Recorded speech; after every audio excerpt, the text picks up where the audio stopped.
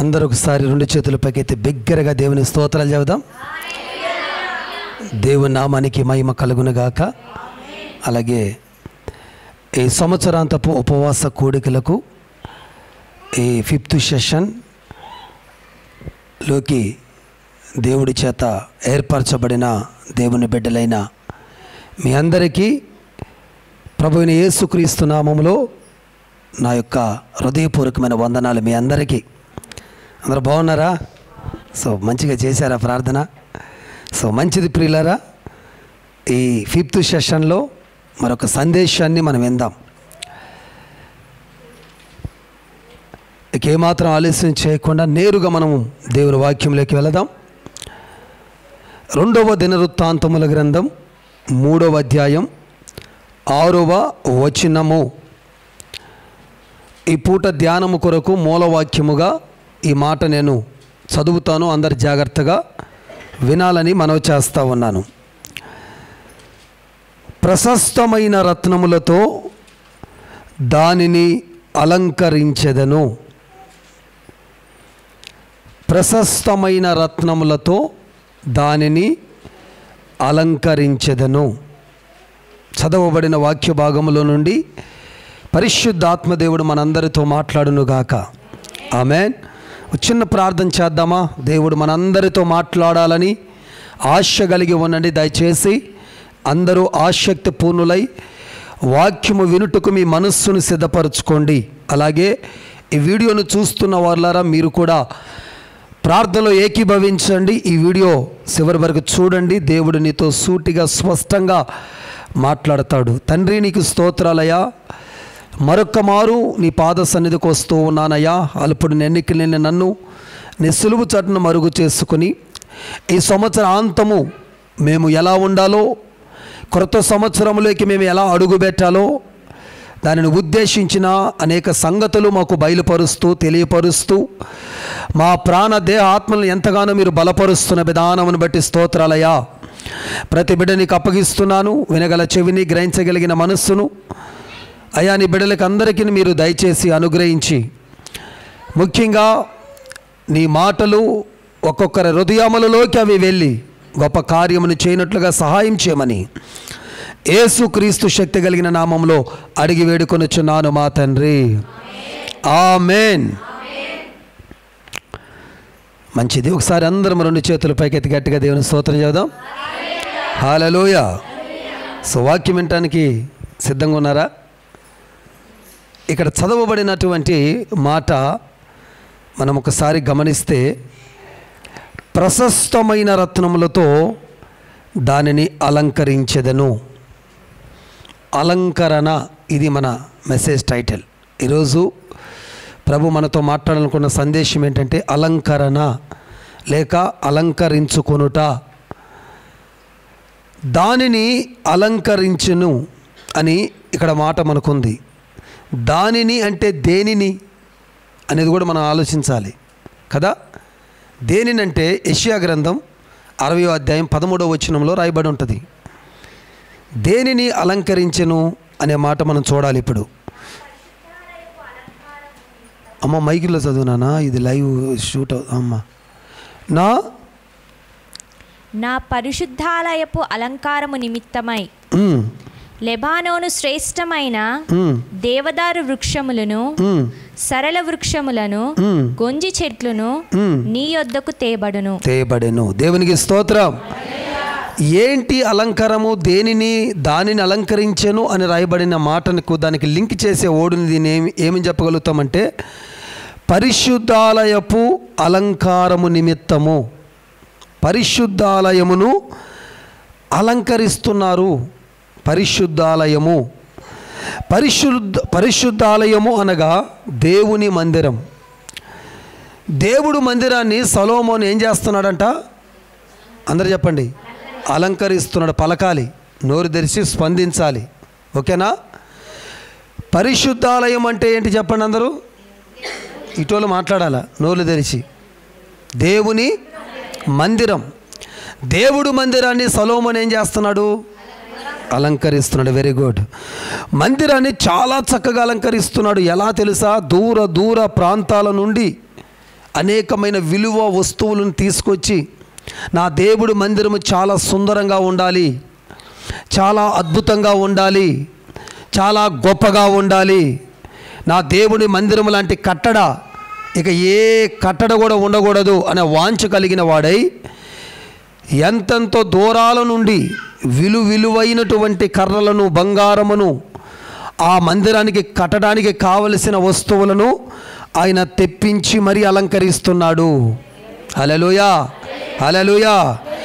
ఆయన మందిరాన్ని ఎలా అయితే అలంకరించాడో, అలంకరించుకుంటూ వచ్చాడో, అలాగే సంఘము కూడా అలంకరించబడాలి.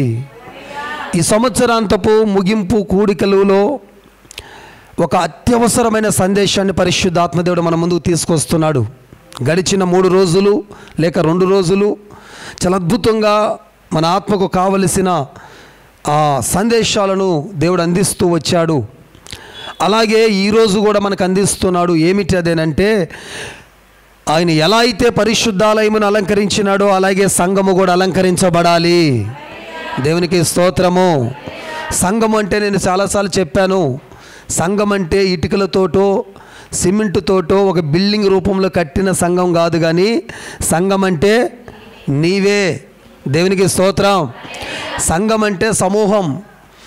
సమూహం ఎక్కడ ఉంటే అక్కడ సంఘం అంటారు. చాలాసార్లు మనము మందిరాన్ని, స్థలాన్ని లేకపోతే బిల్డింగ్ని మనము సంఘం అనుకుంటాం, సమూహాన్ని సంఘం అనుకోము. కాబట్టి సంఘమే, సమూహమే సంఘం. కాబట్టి సంఘమే నీవు. ఇక్కడ దేవుడు నిన్ను నన్ను ఏం చేయమంటున్నాడు? ఈ సంవత్సరాంతపు ముగింపులు అంటే అలంకరించుకోమంటున్నాడు. దేవునికి స్తోత్రం. హల్లెలూయా, హల్లెలూయా.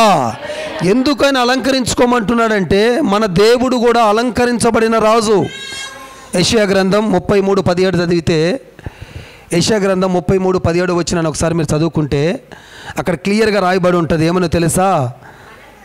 అలంకరించబడిన రాజువు నీవు కన్నులారా చూచెదవు. Praise the lord. హల్లెలూయా. ఏ రాజు? అందరు చెప్పండి, ఏ రాజు? ఎవరి రాజు?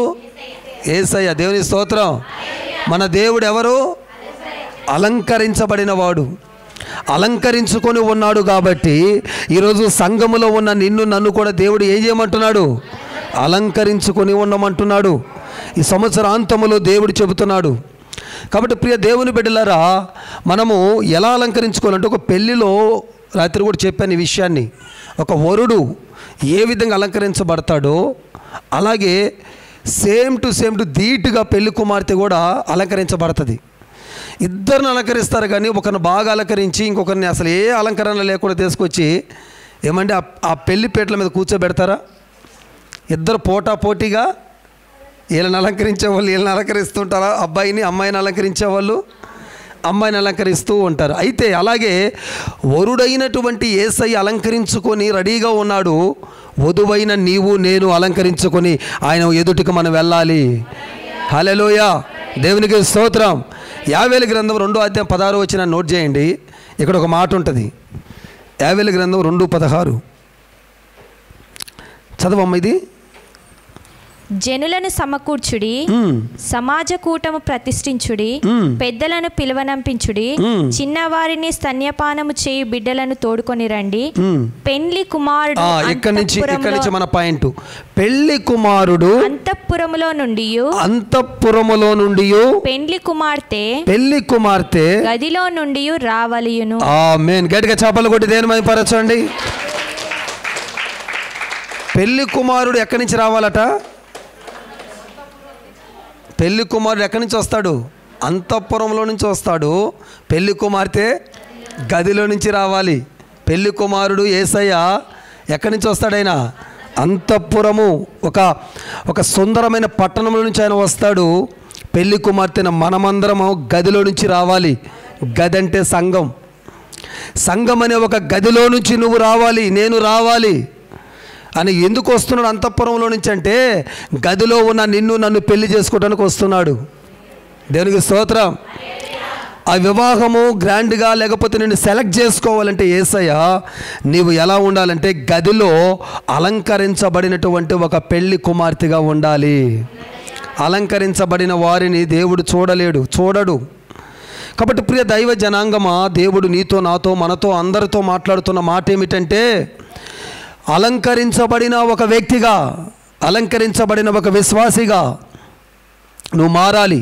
ఒక సేవకుడిగా నేను అలంకరించబడాలి, ఒక విశ్వాసిగా నువ్వు అలంకరించబడాలి.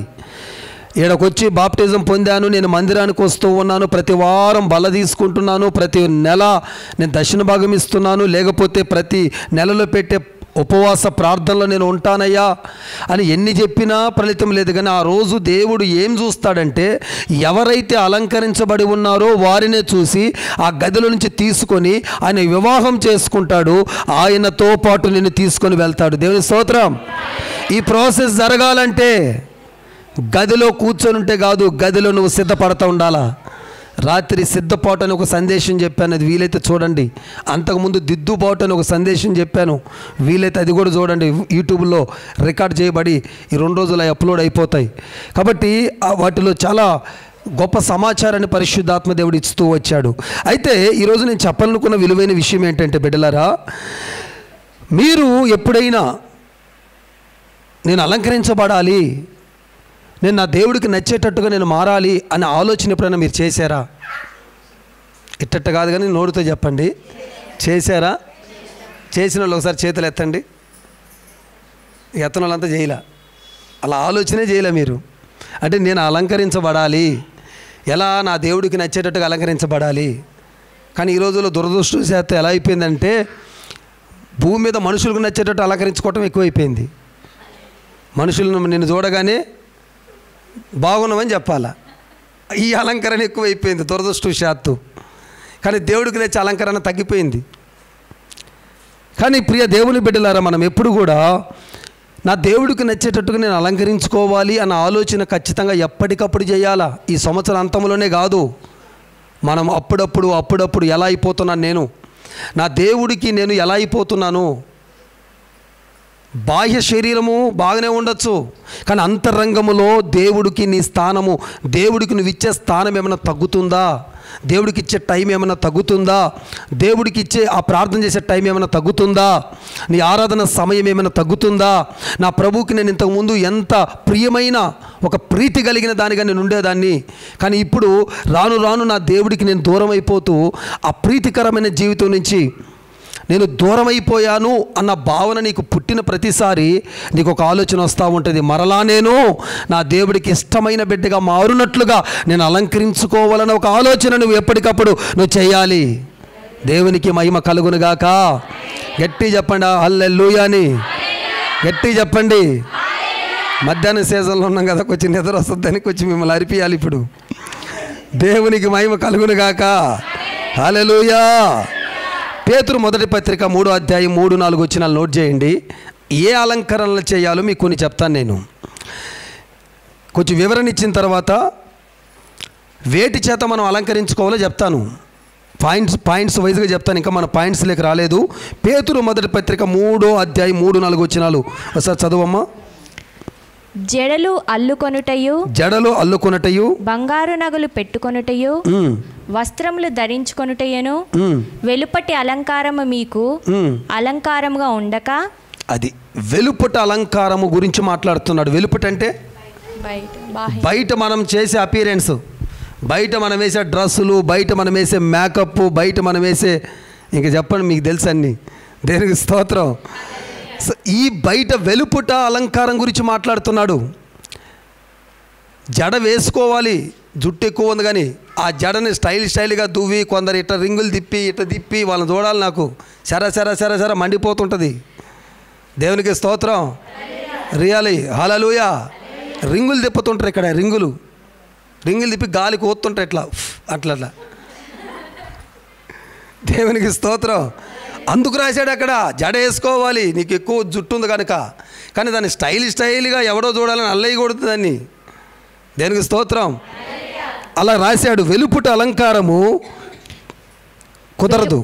ఇంకొక మాటను నోట్ చేసుకోండి. తిమోతి మొదటి పత్రిక 2వ అధ్యాయం 9వ వచనాన్ని కూడా మీరు నోట్ చేయండి. ఇక్కడ ఒక అలంకారం ఉంది.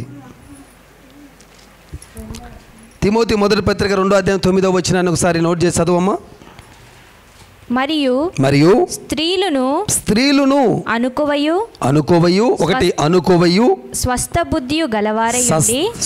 బుద్ధి కలవారై తగుమాత్రపు వస్త్రముల చేతనే గాని జడలతోనైనను బంగారముతోనైనను ముత్యములతోనైనను మిగుల వెలగల వస్త్రములతోనైనను అలంకరించుకొనక దైవభక్తి గలవారమని చెప్పుకొను స్త్రీలకు తగినట్టుగా సత్క్రియల చేత తమ్మును తాము అలంకరించుకొనవలెను. గట్టిగా చప్పలు కొట్టి దేని పరచండి.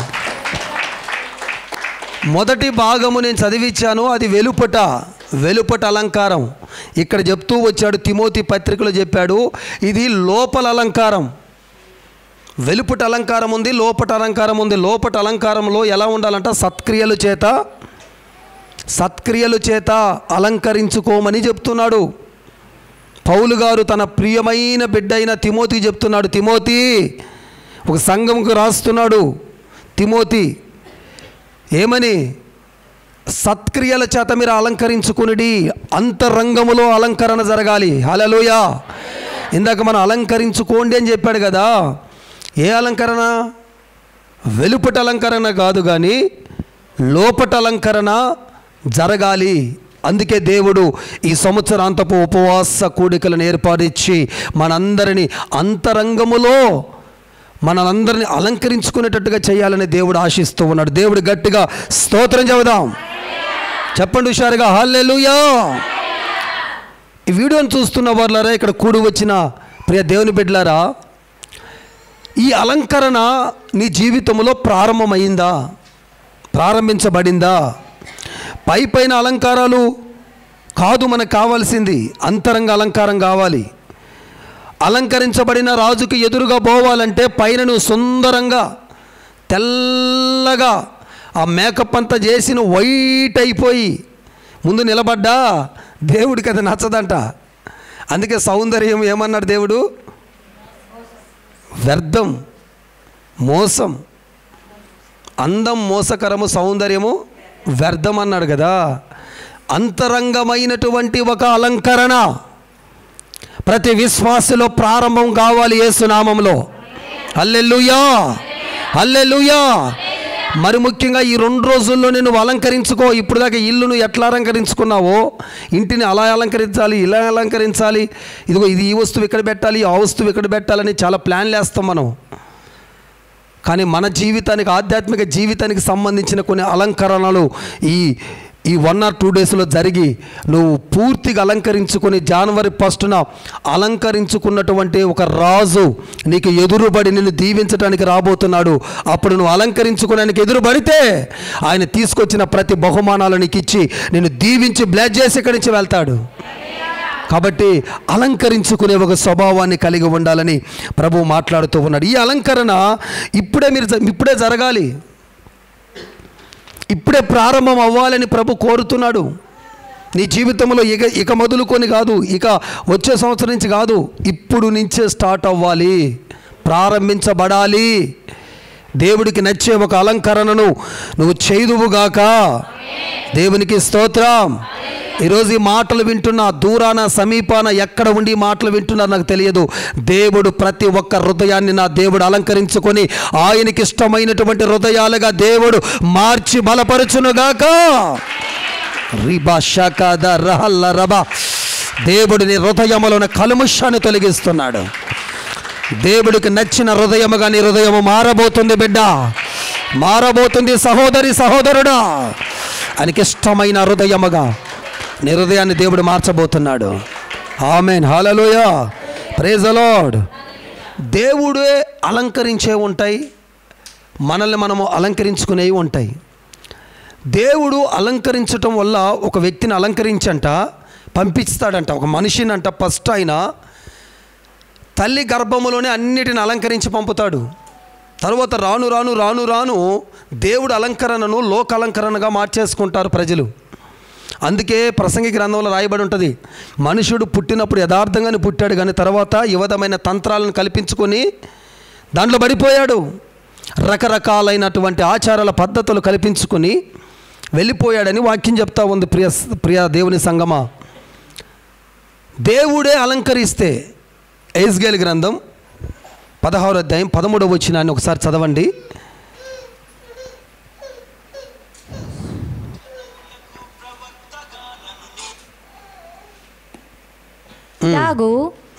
బంగారుతోను వెండితోను నేను నిన్ను అలంకరించి సన్నపు అవిసెనారయు పట్టును విచిత్రపు కుట్టు పనియు గల బట్టలను నీకు ధరింపజేసి గోధుమలను తేనెయు నూనెయు నీకు ఆహారముగా ఇయ్యగా నీవు మిక్కిలి సౌందర్యవతివై రాణియగునంతగా అభివృద్ధి నొందితివి. ఒకసారి గట్టిగా దేవునికి స్తోత్రం చెప్పండి. 13వ వచనములో దేవుడు ఒక వ్యక్తిని, ఒక విశ్వాసిని అలంకరించటం మనం చూస్తున్నాం. ఒక మనిషిని అలంకరించటం మనం చూస్తూ ఉన్నాం. 14వ వచనంకి వచ్చేసరికి ఈ అలంకరణ ఒక వ్యక్తిని ఒక ఉన్నతమైన స్థాయికి చేరునట్లుగా అభివృద్ధి పరచటము మనకు కనపడతా ఉంది. దేవునికి స్తోత్రం. దేవుడి చేత అలంకరించబడిన వ్యక్తి అభివృద్ధి పొందుతాడు. తను అలంకరించుకున్నవాడు అభివృద్ధి పొందుతాడు. అభివృద్ధిలో సమృద్ధిని పొందుతాడు.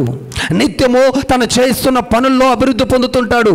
తన ఆత్మీయత దినదినము వర్ధిల్లుతూ అభివృద్ధి పొందుతూ ఉంటుంది. రోజులు గడిచే కొద్దీ, వారాలు గడిచే కొద్దీ, నెలలు గడిచే కొద్దీ, సంవత్సరాలు గడిచే కొద్దీ ఆత్మీయత రేంజ్ పెరుగుతుంటుంది. దేవునికి స్తోత్రం. దేవుడిచ్చిన తలాంతుల యొక్క రేంజి, దేవుడిచ్చిన అభిషేకపు రేంజి పెరుగుతూ ముందుకు వెళ్ళిపోతూ ఉంటుంది. అలా వెళ్ళాలి అంటే, అలా పెరగాలి అంటే నీవు నేను సంఘములో ఉన్న మనమందరము అలంకరించబడినటువంటి పిల్లలముగా దేవుడికి ఎదురుపడినప్పుడే అది దేవుడికి ఇష్టముగా మారి ఆయన మనల్ని ఏం చేస్తాడు? అభివృద్ధి చేస్తాడు. ఈరోజు అభివృద్ధి లేదు అంటే నీలో అలంకరణ లేదు. నీవు చేస్తున్న పనులు అభివృద్ధి లేదు అంటే, నువ్వు చేస్తున్న సేవలో అభివృద్ధి లేదు అంటే, దేవుడికి నచ్చేటట్లుగా నీ అలంకరణ లేదంటున్నాడు దేవుడు. ప్రైజ్ ది లార్డ్, హల్లెలూయా. ఆయనకి ఇష్టమైన రీతిలో, ఆయనకి నచ్చిన రీతిలో నీ సహవాసం లేదు, నీ మాటలు లేవు, నీ యొక్క నడక లేదు. కాబట్టి సంఘముతో దేవుడు హెచ్చరించి చెబుతున్నాడు, మనము మార్చుకోవాల్సిన టైం వచ్చింది. కాలక్షేపాన్ని చేసి నామకార్థమైన భక్తి చేసే రోజులు పోయినాయి. ఇక ఎవరైతే సిన్సియర్ భక్తి చేస్తారో వాళ్ళు రాబోతున్న తెగుళ్ళ నుండి కాపాడబడతారు, రాబోతున్న ఉగ్రతల నుండి కాపాడబడతారు. లేదంటే కరోనాను మించిన వైరస్లు రాబోతున్నాయి భయంకరంగా. 2024 ఎంత బలమైన ఆశీర్వాదకరంగా ఉండబోతుందో అంత భయంకరంగా సాతాను శక్తులు ఈ లోకం మీద విరసగబడబోతున్నాయి. వాటి నుంచి నువ్వు కాపాడబడాలి అంటే ఇప్పుడే అలంకరించబడిన రాజుకి నువ్వు అలంకరించబడిన వ్యక్తిగా నువ్వు మారి ఒక కొత్త సంవత్సరంలోకి అడుగు పెట్టాలని ఒక సేవకుడిగా ప్రేమతో మీ అందరికి పిలుపునిస్తున్నాను. దేవునికి మహిమ కలుగునుగాక. హల్లెలూయా, హల్లెలూయా. మనము వేటి చేత అలంకరించబడాలి, లేక సంఘము వేటి చేత అలంకరించబడాలి? ఇవి 4 లేక ఒక 5 విషయాలు చెప్తాను, జాగ్రత్తగా మీరు ఆలకించండి. సంఘము వేటి చేత అలంకరించబడాలి? మొదటిగా 45వ కీర్తన 9వ వచనము. 45వ కీర్తన 9వ వచనము.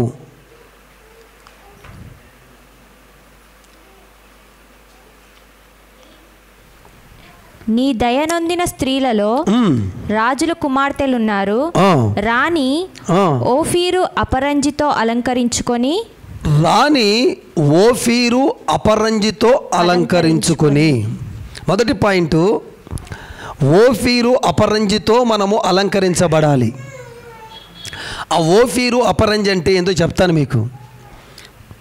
ఓఫీర్ అంటే ప్యూర్, స్వచ్ఛమైన అని అర్థం.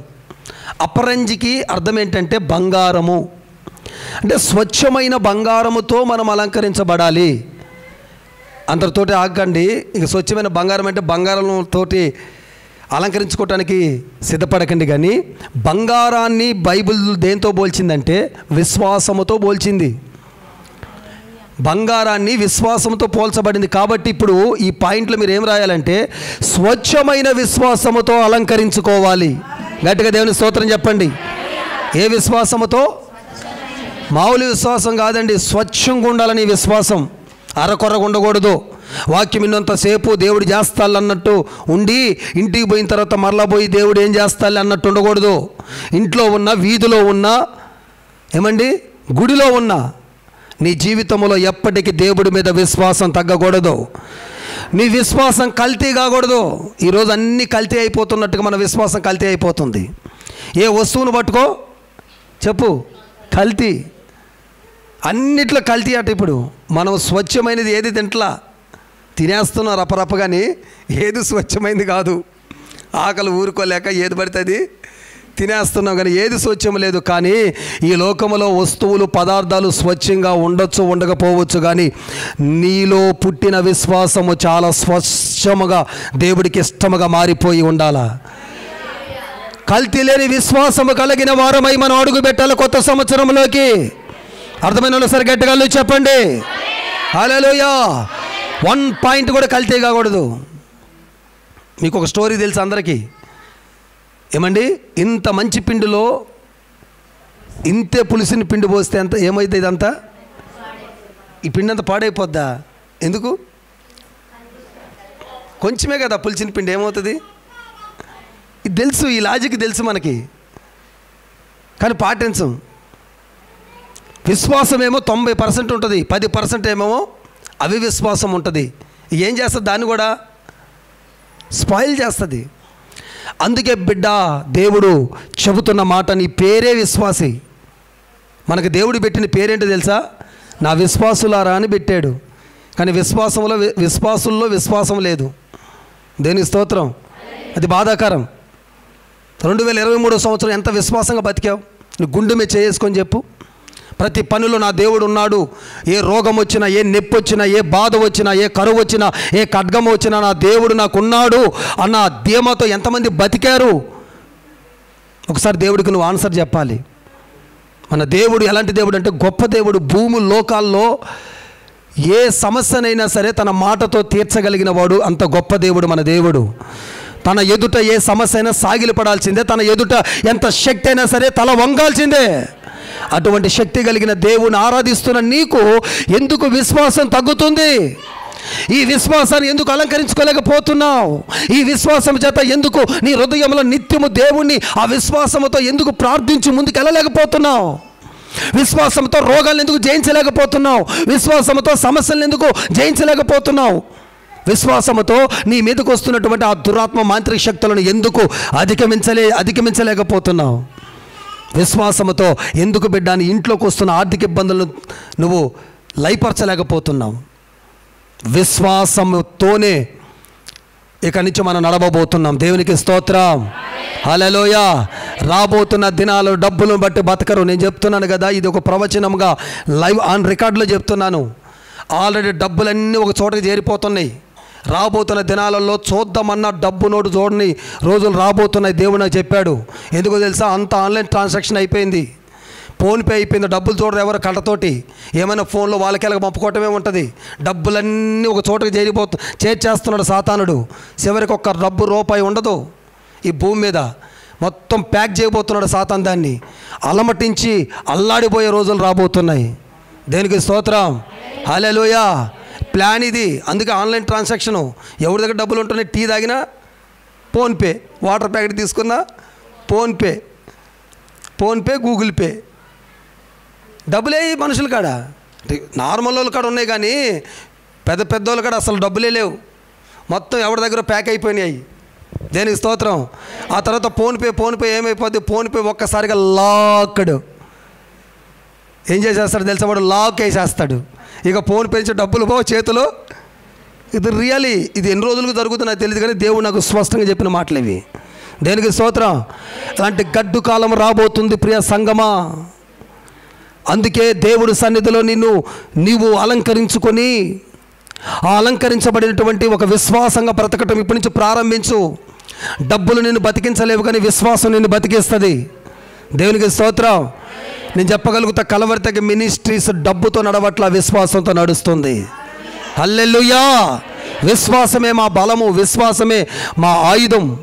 విశ్వాసాన్ని చేతబట్టుకొని వెళ్తూనే ఉన్నాం, వెళ్తూనే ఉంటాం.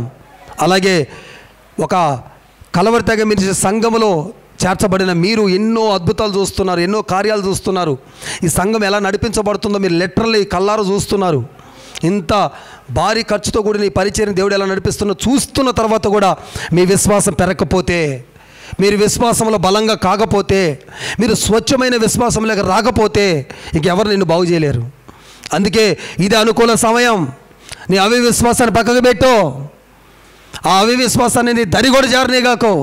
100 మంది నీ బ్రతుకు అయిపోతున్నా సరే ఒక్క మాట దేవుడు నీకు చెప్పుంటాడు, నిన్ను నేను బాగు చేస్తానని.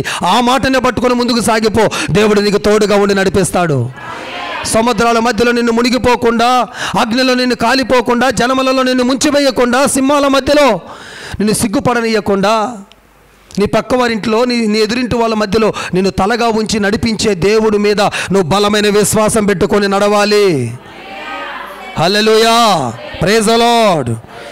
ఒక మాట చదవండి ఇందులోనే, అమూల్యమైన విశ్వాసం అని రాయబడి ఉంటుంది. పేతురు మొదటి పత్రిక 1:7. అమూల్యమైన విశ్వాసం, స్వచ్ఛమైన విశ్వాసానికి ఒక అర్థం ఏంటంటే అమూల్యమైనది. అసలు దాంట్లో ఇక ప్యూర్ గోల్డ్, ప్యూర్ ఫెయిత్ అని అర్థం. దాంట్లో ఇక 1% కూడా ఏముండదు. చెప్పండి, ఏముండదు? కల్తీ ఉండదు. సార్ 2 చేతులు పైకి ఎత్తండి, స్ట్రైట్గా ఎత్తండి, చక్కగా చెప్పండి గట్టిగా హల్లెలూయా అని. వీడియో చూస్తున్న వాళ్ళు కూడా చెప్పండి. Okay, done. అమూల్యమైన విశ్వాసం. ఈ విశ్వాసంలో అంట లోపం ఉండదంట. దేవుని స్తోత్రం. ఈ స్వచ్ఛమైన విశ్వాసంలో ఏముండదు చెప్పండి అందరూ? లోపం ఉండదు. స్ట్రైట్ ఫార్వర్డ్గా ఉంటుంది. 100 మాటలు సాతాను పుట్టించిన ఒక్క మాట నీ బ్రతుకును మార్చేస్తుంటుంది. నీ పక్కన వాళ్ళందరూ నీ పని అయిపోయింది అంటా ఉంటే నీ పని అప్పుడే స్టార్ట్ అవుతుంటుంది. నువ్వు చచ్చిపోతావు అంటా ఉంటే అప్పుడే నీలోకి ఆయుష్ పెరగడం ప్రారంభించబడుతుంటుంది. ఈ డిఫరెంట్ అయిన కార్యాలు మీరు చూడబోతున్నారు. హల్లెలూయా. నాకు జ్వరం తగ్గింది, తలనొప్పి తగ్గింది, నాకు సర్ది తగ్గింది, ఈ సాక్ష్యాలు కాదు, మీ సాక్ష్యాలు చెప్తుంటేనే పక్కోడు పక్క నుంచి వచ్చి నాకు యేసయ్య కావాలి అని పరిగెత్తుకొని వచ్చేటట్టుగా మీ సాక్ష్యాలు లెగాలి. దేవుడికి మహిమ కలుగునుగాక. ఆ సాక్ష్యాల కోసం సంసిద్ధులు కాండి, సిద్ధపరుస్తున్నాడు దేవుడు. అందుకే ఈ పండుగలు, ఉపవాస పండుగలు. కాబట్టి ఇంకొక మాట చదవండి, హెబ్రీ పత్రిక 3:15లో దృఢ విశ్వాసం అని రాయబడి ఉంటుంది. ఇక్కడ ఏ విశ్వాసం అమ్మా? దృఢ విశ్వాసం అంటే స్ట్రాంగ్ ఫెయిత్. చాలా గట్టి విశ్వాసం ఉండాలి మీకు. అందరు చెప్పండి, గట్టి విశ్వాసం. చెప్పండి నోటితో, గట్టి విశ్వాసం. ఇట్లా చెప్పమ్మా, పిడికిలి బిగి చెప్పు, గట్టి విశ్వాసం. ఇంకా బిగించాలా మీరు? బిగించట్లా. గట్టి విశ్వాసం ఉండాలి మీకు. ఇప్పుడు ఎట్లా చెప్పారో ప్రతిసారి ఏదన్నా వచ్చిందో చెప్పాలి. సాతానా, నాకు గట్టి విశ్వాసం ఉందని అలా. హల్లెలూయా, దేవునికి స్తోత్రం. ఈ విశ్వాసం లేకపోతే నువ్వు విడుదల, స్వస్థత పొందలేవు. ఏమండి, విశ్వాసం ద్వారా విడుదల, స్వస్థత పొందకపోవటం విశ్వాసంలో ఉన్న లోపం. నీకు ఒక విడుదల, స్వస్థత జరగట్లేదంటే దేవుల లోపం లేదు, సంఘంలో లోపం లేదు, కానీ నీ విశ్వాసంలో లోపం ఉందంటున్నాడు. హల్లెలూయా, హల్లెలూయా. కాబట్టి ప్రియులారా, ఇలా చెప్పుకుంటూ పోతే చాలా విషయాలు ఉన్నాయి. కానీ ఈ చివరి దినాలలో చాలామంది విశ్వాసాలు బద్దలు చేయడానికి సాతానుడు పని కట్టుకున్నాడట. బైబిల్లో ఒక చోటు ఉంటుంది, వారి విశ్వాసం ఏమైపోయిందంట, బద్దలైపోయిందంట. విశ్వాసం బద్దలు చేయడానికి వస్తుంటాడు ఇక నీ దగ్గరికి. బాగా మంచిగా కమిటెడ్తో ఇక ప్రార్థన చేయాలి, వాక్యం చేయాలి అన్నప్పుడు శోధనలు ప్రారంభం అయితే గుర్తుపెట్టుకోండి, ఆత్మీయుడికే శోధన వస్తుంది తప్ప నామకార్థమైనోడిని అసలు సాతానుడు టచ్ కూడా చేయదు, వాడి జోలు కూడా రాదు. ఈ సంఘం మీదకి ఎందుకు ఇన్ని పోరాటాలు వస్తాయని మీరు ఏ మాత్రము సందేహాలు పెట్టుకోగాకండి. ఏంది పాస్టర్ గారు ఇంత బలంగా ప్రార్థన చేస్తాడు, ఏమండి ఇట్లా చేయి పెడితే దెయ్యాలు వెళ్ళిపోతాయి, మరి వాళ్ళందరూ నాపేయకూడదు ఇట్లా చేయి పెట్టి అని అడగాకండి. అది నా పని కాదు. అది దేనికి స్తోత్రం. బలమైన సేవ ఎక్కడ ఉంటుందో అక్కడ బలంగా సాతాను శక్తి కూడా పనిచేస్తుంటుంది. కానీ ఎంత పని చేసినా వాడు పై పని చేయాల్సిందే, కానీ చివరికి దేవుడి ముందు వాడు ఓడిపోవాల్సిందే. Praise the lord. పోరాటాలు మనకు మేలే, పోరాటాలు మనకు మేలు చేస్తాయి. నాకు ప్రభు చెప్పిన మాట ఇదే, ఇక నువ్వు మంచి సులువైన సేవ సంతోషకరంగా హాయిగా నిద్రపోయే సేవను ఎక్స్పెక్ట్ చేయగాకు. ఇక రాబోతున్న నీ బతుకు దినములన్నీ నువ్వు పోరాటాలతోనే సేవ చేస్తామని చెప్పాడు. నేనైతే క్లియర్గా ఉన్నా, కమిటెడ్తో ఉన్నా, దేనికైనా రెడీ అన్నట్టున్నా. దేనికి స్తోత్రం. మీరు డిస్టర్బ్ కాకండి. ఏంది మా పాస్టర్కి ఇన్ని బాధలు వస్తున్నాయి, మా పాస్టర్కి ఇన్ని బాధలు వస్తున్నాయి అనుకోగాకండి. నాకు వస్తానే ఉంటే చెప్పండి వాడితో. ఎప్పుడు వస్తుందో తెలియదు, ఎప్పుడు పోతుందో తెలియదు. నేను మాత్రం ఇలాగే ఉంటా. గట్టిగా చెప్పలు కూడా దేనిమై పరచు. రెండోది తిమోతి మొదటి పత్రిక 2:10. ఏమి అలంకరించుకోవాలి? రెండో పాయింట్, తిమోతి మొదటి పత్రిక 2:10. త్వరగా. దైవభక్తి గలవారమని చెప్పుకొను స్త్రీలకు తగినట్టుగా సత్క్రియల చేత తమ్మును తాము అలంకరించుకొనవలెను. సత్క్రియల చేత అలంకరించబడాలి. ఏ క్రియలు చెప్పండి అందరూ?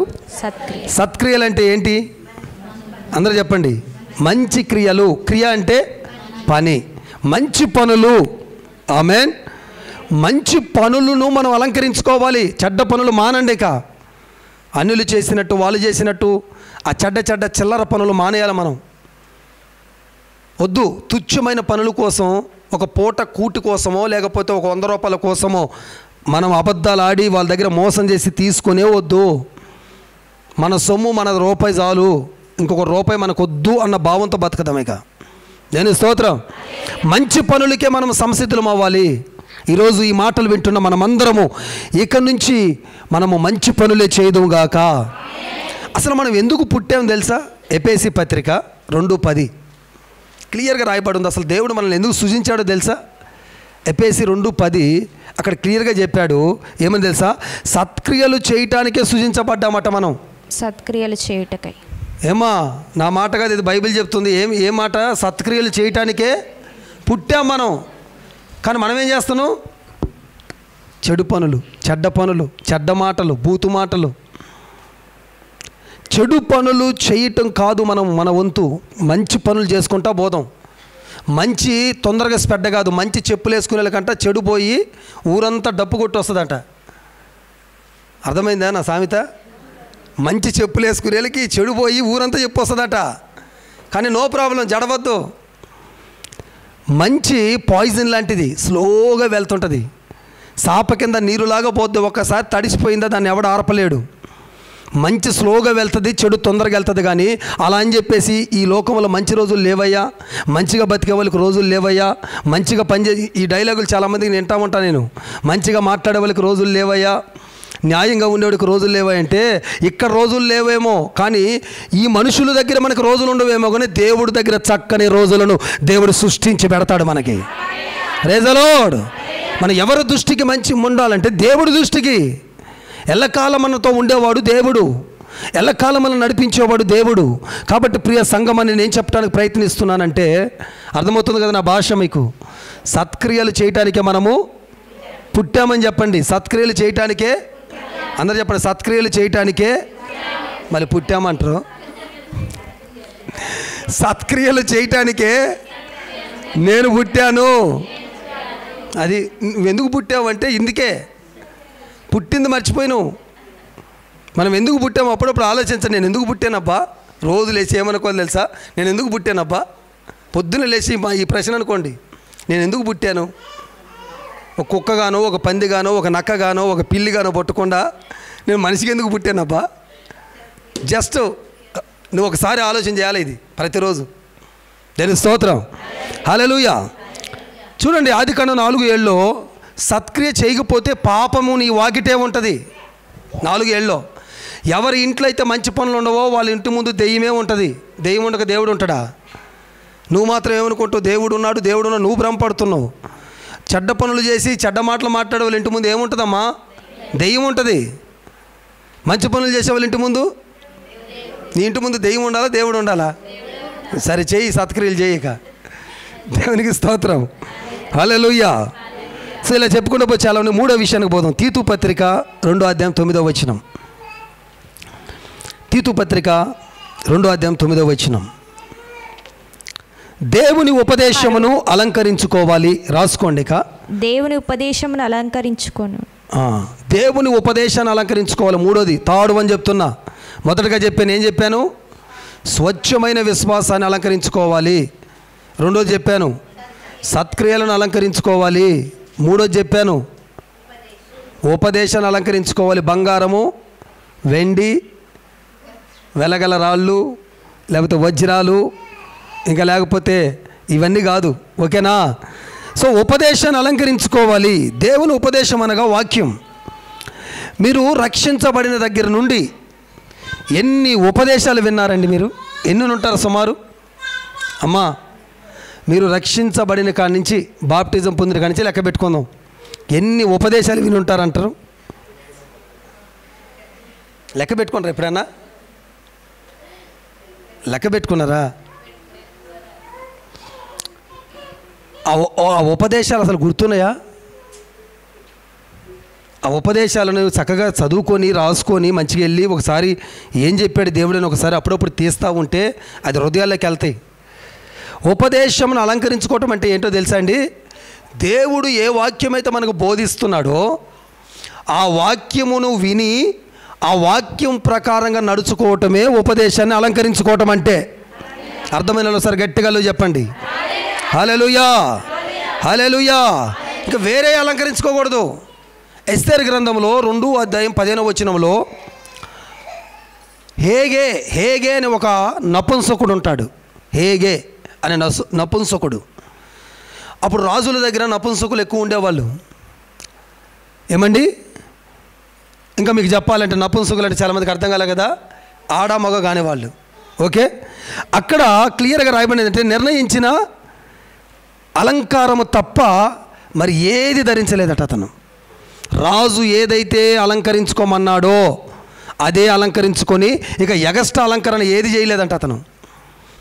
ఆ విధంగా ఉండాలి మనం. ఎగస్ట్రా అలంకరణలో మనకొద్దు. దేవుడు ఏది చెప్తున్నాడో అది మనం అలంకరించుకొని వెళ్ళటమే ఉపదేశాన్ని అలంకరించుకోవటం అంటే. ప్రైజ్ లార్డ్ చెప్పండి ఒకసారి గట్టిగా, హల్లెలూయా. ఆ విధంగా దేవుని సేవకుడు నిలబడి ఏ ఉపదేశం అయితే మనకు అందిస్తున్నాడో ఆ ఉపదేశాలను ఎప్పటికప్పుడు మనం ఏం చేయాలి? అలంకరించుకుంటా ఉంటే అలంకరించబడిన రాజు అంటాడు, వావ్ షబాష్ అంటాడు. మనల్ని చూసి ఏమంటాడు తెలుసా? నువ్వు నాకు నచ్చావు అంటాడు. దేవుని స్తోత్రం. ఈ భూమి మీద అందరూ మన చాలామంది నువ్వు నాకు నచ్చావని చెప్పుండొచ్చు. చాలామంది ఏదో ఒక వయసులో మనల్ని ఎక్కడికక్కడ ఇది ఈ టార్చర్ మనల్ని అనుభవించాలి. ఇది ఎవరో ఒకడు అంటాడు, అమ్మాయిని ఒక అబ్బాయి నువ్వు నచ్చావని అంటాడు, అమ్మాయి నువ్వు నచ్చావని అంటారు. ఇది కామన్గా జరిగే ఒక ప్రక్రియ. కానీ వన్స్ ఒక టైంకి వచ్చిన తర్వాత, ఒక ఆత్మీయతలో ఎదిగిన తర్వాత, ఇక ఈ భూమి మీద నువ్వు నాకు నచ్చావని ఎవరన్నా అనకపోయినా సరే దేవుడు మాత్రం అనాల నువ్వు నాకు నచ్చావని. ఎప్పుడు అంటాడో తెలుసా ఈ మాట? నువ్వు అలంకరించుకొని ముందుగానే వెళ్తే ఆయన ఫస్ట్ వచ్చి ఏం చేస్తాడు? నేను ప్రపోజ్ చేస్తాడు. ఐ లవ్ యూ అంటాడు, అంతే. దేవుని స్తోత్రం, హల్లెలూయా. కాబట్టి అలాగా మీరు అలంకరించుకుందురుగాక. 4వది యోబు గ్రంథం 40:10. యోబు గ్రంథం 40:10.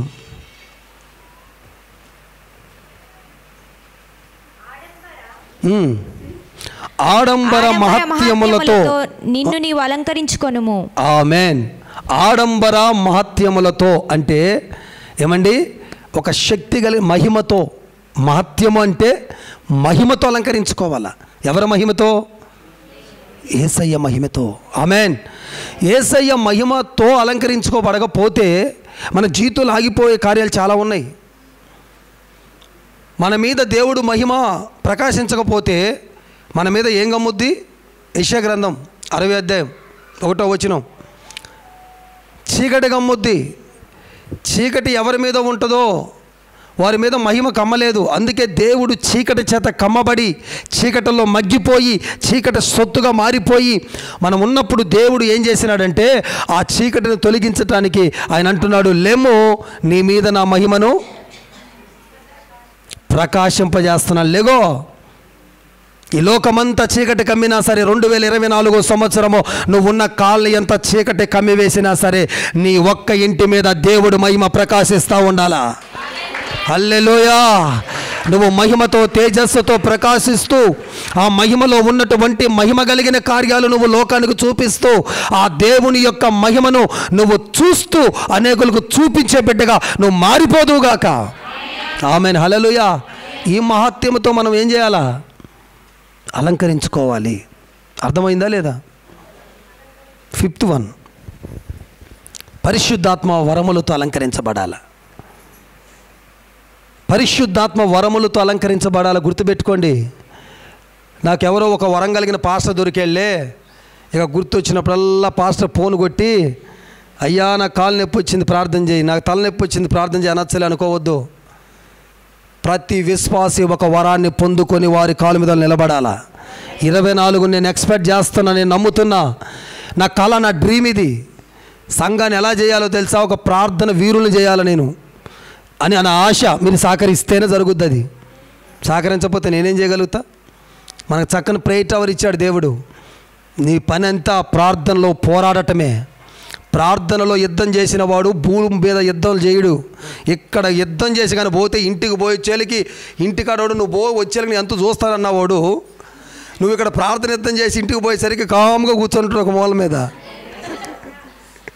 దేవునికి స్తోత్రం, హల్లెలూయా. ఎందుకో తెలుసా? నువ్వు గదిలో యుద్ధం చేసి వెళ్తున్నావు కనుక దేవుడు అక్కడ ఎవరినైనా ఒక మూల కూర్చోబెట్టాల్సిందే. 2024 సంవత్సరంలో అదే జరగబోతుందని నేను ప్రవచిస్తున్నా. ఎవరైతే నిన్ను ప్రార్థనకు వెళ్ళనీకు అడ్డుపరుస్తున్నారో నాకు తెలియదు. చెయ్యి, నువ్వు ప్రార్థన యుద్ధం చేయి. పరిశుద్ధాత్మ వరముతో నింపబడి, అయ్యా నన్ను అలంకరించుకో, నన్ను అలంకరించు, నీ వరాలు నాకు దయచేయి. ఈ లోకంలో వీటితో పోరాడాలంటే నాకు నీ వరాలు కావాలి యేసయ్య అని అడిగి వరాలు పొందుకొని ఆ వరముల చేత ప్రార్థన చేయి. సమస్తము నీకు లోబడి నడవాలిక. హల్లెలూయా. 2024 సంవత్సరం నీ టైంగా ఉండాలి, నీ రోజుగా, నీ సంవత్సరంగా ఉండాలా. అలా ఉండాలంటే నువ్వు ఖచ్చితంగా పరిశుద్ధాత్మ వరముల చేత అలంకరించబడాలా. దేవుని స్తోత్రం, హల్లెలూయా. ప్రసంగాన్ని ముగిస్తున్నాను. ప్రశస్తమైన రత్నములతో దాన్ని అలంకరించదును అన్నాడు. దేనిని? పరిశుద్ధాలయమును. పరిశుద్ధాలయం అంటే దేవుడి మందిరం. దేవుడి మందిరంలో అంటే సంఘం. సంఘం అంటే నీవు నేనే. సంఘమైన మనము అలంకరించుకోవాలి. వెలుపట అలంకరణ ఉంది, లోపట అలంకరణ ఉంది. దేవుడు అలంకరించుకోమంటుంది వెలుపట అలంకరణ కాదు, లోపట అలంకరణ. 1 స్వచ్ఛమైన విశ్వాసంతో అలంకరించుకోవాలి. 2 సత్క్రియల చేత, మంచి పనుల చేత మనం అలంకరించుకోవాలి. 3 ఉపదేశము, దేవుని వాక్యం చేత అలంకరించుకోవాలి. 4 దేవుడు మహిమ చేత అలంకరించుకోవాలి. 5 పరిశుద్ధాత్మ వరముల చేత అలంకరించుకోవాలి. ఇట్టి అలంకరణ దేవుడు మనందరికీ దయచేయునుగాక. ఈ 5 అలంకరణలతో దేవుడు మనల్ని అలంకరించునుగాక. ఇలా నువ్వు అలంకరించుకుంటుండగానే రాబోతున్న దినములని నువ్వేం పొందబోతున్నావు? అభివృద్ధిని పొందబోతున్నావు. ఏజ్గేల్ గ్రంథంలో రాయబడినట్లుగా దేవుడు ఆ వ్యక్తిని అలంకరించిన వెంటనే ఆ వ్యక్తి రోజు రోజుకి ఏమవుతున్నాడు? అభివృద్ధి పొందుతున్నాడు. ఇప్పుడు వరకు నువ్వు 2023 అంతా దిగజారిపోయినావేమో. నీ ఆర్థిక వ్యవస్థ, నీ భక్తి జీవితము, నీ ప్రార్థన జీవితం, నీ ఆరాధన జీవితం, నీ సహవాస జీవితం, దేవుడితో సమర్పణ కలిగిన ఒక జీవితం, ప్రతిష్టత కలిగిన జీవితం రోజు రోజుకి నీరసిల్లినాయేమో. కానీ నా దేవుడు రాబోతున్న సంవత్సరంలో ఇప్పుడు నువ్వు అలంకరించుకొని పోతా ఉండగా అలంకరించబడిన రాజు నిన్ను అభివృద్ధి పొందించటం ప్రారంభించబోతున్నాడు. నీ వ్యాపారాలు అభివృద్ధి పొందబోతున్నాయి, నీ ప్రార్థన అభివృద్ధి పొందబోతుంది, నీ భర్త చేస్తున్న పనులు అభివృద్ధి కాబోతున్నాయి. హల్లెలూయా. అప్పుల అభివృద్ధి కాదండి, రోగాల అభివృద్ధి కాదు మనం పొందాల్సింది, ఆశీర్వాదాల అభివృద్ధి పొందాలా. కొందరు నేను చూస్తుంటాను, ఒక నొప్పితో వచ్చి 2 నొప్పులు చెప్తుంటారు. ఇవాళ ఒక నొప్పితో వస్తారు, రేపు ఇంకొక నొప్పి చెప్తారు. అంటే వీళ్ళు ఏం పొందారు? రేపటికి రోగాల అభివృద్ధి పొందారు. ఇవాళ ఒక ఆమె ప్రార్థన రిక్వెస్ట్ వచ్చింది, 5,000 అప్పు అయ్యాదని. వచ్చే నెల వచ్చి 10,000 అప్పు అంటుంది. ఈమె అప్పుల్లో ఇది కాదు మనం పొందాల్సిన అభివృద్ధి. ఆశీర్వాదాల్లో, ఆరోగ్యంలో, అభివృద్ధిలో, సమృద్ధిలో, విశ్వాసంలో, ప్రతిష్టతలో, సమర్పణలో, ఏమండి ఆరాధనలో, స్తుతించటంలో, ఇటన్నిట్లో అభివృద్ధి పొందాలా. అట్టి కృప త్రియేక దేవుడు మనకు దయచేయను గాక. అందరూ లేచి నిలబడదామా? నాతో కలిసి కళ్ళు మూసుకొని అందరూ లేచి నిలబడండి క్విక్గా. దేవుడు నీతోనే మాట్లాడాడని తలస్తున్నాను. ఒక చిన్న ప్రార్థన, ఒక సమర్పణతో కూడిన ప్రార్థన చేద్దామా?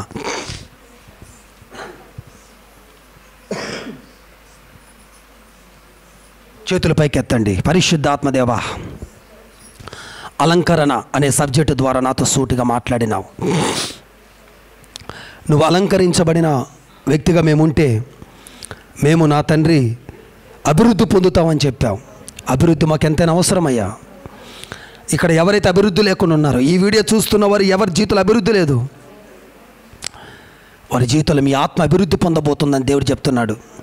నేను వింటున్నాను బిడ్డలారా, దేవుని ఆత్మ చేత ప్రేరేపించబడుతున్నాను. ఇక్కడ ఉన్న చాలామంది ఆత్మల అభివృద్ధి పొందాలని ఒక ఆశతో ఉన్నారు. ఇక్కడ నా ప్రభు చెప్తా ఉన్నాడు, సలారిపోయి ఉన్నావని బాధ చెందుతున్నావు, ప్రార్థన చేయలేకపోతున్నావు అని ఒక వేదన చెందుతూ ఉన్నావు. నా దేవుడు చెబుతున్నాడు కదా, నువ్వు ఆత్మలో వర్ధిల్లుచూ ఉంటే ఇక నువ్వు అన్ని విషయాల్లో వర్ధిల్లేటువంటి వ్యక్తిగా దేవుడు నిన్ను మార్చబోతా ఉన్నాడు. ఈ వాక్యం వింటున్న వారులారా, మీ జీవితంలో మీ ఆత్మ వర్ధిల్లబోతా ఉంది. మీ ఆత్మను వర్ధిల్లనీయకుండా ఏ సమస్య అయితే బంధించి పడేసిందో ఆ కట్లను, ఆ కాడలను దేవుడు విరగగొట్టి నిన్ను ప్రార్థనలో బలమైన సాధనముగా మార్చబోతున్నాడు. ఈ బాబా ప్రతి నీరసము తొలగిపోతుంది. ప్రతి ఆత్మీయతకు అడ్డుగా ఉన్న అడ్డంకులు కూలిపోతున్న ఎరుక గోడలు కూలినట్లుగా అదిగో దేవుడు నీ ఆత్మను వర్ధిల్ల చేస్తున్నాడు.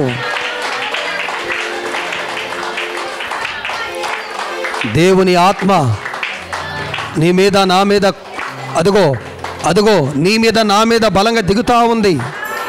అదిగో ఒక్కొక్కరు అలంకరించబడుతున్నారు. హృదయాలు అలంకరించబడుతున్నాయి. నీ హృదయంలో ఉన్న కోపం, నీ హృదయంలో ఉన్న అసూయ, కుళ్ళు, కుతంత్రాలు, ఆవేశం, తొందరపాట్లని కాలిపోయి దేవుడు చెప్పిన ఈ 5 అలంకరణలు నీ లైఫ్లో జరగటం నేను చూస్తున్నా. అదిగో దేవదూత దిగి వచ్చి నీ హృదయాన్ని అలంకరిస్తుంది. సుందరముగా, రాజుకు నచ్చే విధముగా, రాజుకు మెచ్చే విధముగా, రాజు నిన్ను ఆస్వాదించే విధముగా అదిగో ఒక కార్యం జరుగుతుంది. అలంకరణ అలంకరణ అలంకరణ అలంకరణ అలంకరణ అలంకరణ అలంకరణ అలంకరణ అలంకరణ అలంకరణ అలంకరణ హోరీ కాబలారాబా. పరిశుద్ధుడా, స్తోత్రమయ్యా. మమ్మల్ని అందరూ అలంకరించినందుకు స్తోత్రమయ్యా. ఈ వాక్యం విన్న ప్రతి ఒక్కరిని అలంకరించినందుకు వందనాలయ్యా. సూటిగా తేటగా మాతో మాట్లాడినందుకు వందనాలయ్యా. ఇంకొద్ది నిమిషాల ప్రార్థనలు కూడా తోడుగుండి మహిమ పొందమని యేసుక్రీస్తు నామములో అడుగుతున్నాము తండ్రి. ఆమెన్.